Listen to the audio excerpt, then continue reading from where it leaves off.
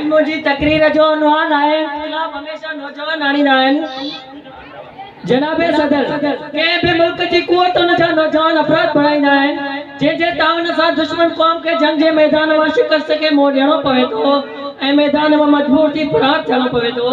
जनाबे सदर अज जे समाज ते नजर फेराई वञे जेका कौम पंहिंजे नौजवाननि जी जुरियत ऐं दिलेरी सां पंहिंजा घाट ऊंचा कया हुआ तिन नौजवाननि जी उन हरकतुनि सबब सर झुकाइणा पवनि था त पोइ इनकलाब केॾांहुं ईंदो। जनाबे सदर अज जा ही मिलत जा पासदा सोशल मीडिया जी अनगिनत वारी जान में गिरफ्तार थींदे नजर अचनि था जंहिंमां राय फरार थियणु तमामु वॾो मुश्किल आहे त पोइ भला इनकलाब केॾांहुं ईंदो। जनाबे सदर जे क़ौम जे नौजवाननि खे अलामा इक़बाल शाहीन चयो से नौजवान के उल्लू जी अलामत हूंदा। जे क़ौम में सुल्तान सलाउद्दीन होश मोहम्मद शीदी ऐं तारिक बिन ज़ियाद ऐं मोहम्मद बिन कासिम जहिड़े नौजवाननि जा किस्सा त किताबनि में आम मिलनि था पर उन्हनि जी ज़िंदगी अपनाइण खां नौजवान कोसे दूर नज़र अचनि था त पोइ भला इनकलाब केॾांहुं ईंदो।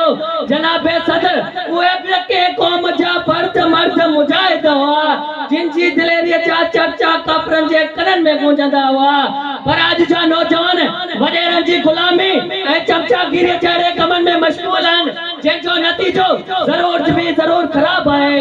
के क़ौम जो तंज़ुल तॾहिं थिए थो जॾहिं उन क़ौम जा नौजवान बुरनि रस्मनि ऐं रवाजनि जहिड़े कमनि में मशगूल थींदे नज़र अचनि। आख़िर में ही शेर चई पंहिंजी जगह वठंदुसि इनकलाब हमेशा नौजवान लाते हैं, इनकलाब हमेशा नौजवान लाते हैं लेकिन जिस कौम पे नौजवानी चमचागिरी कर रास्ते पर चल पड़े वह इनकलाब नहीं वह गुलामी राज करती है।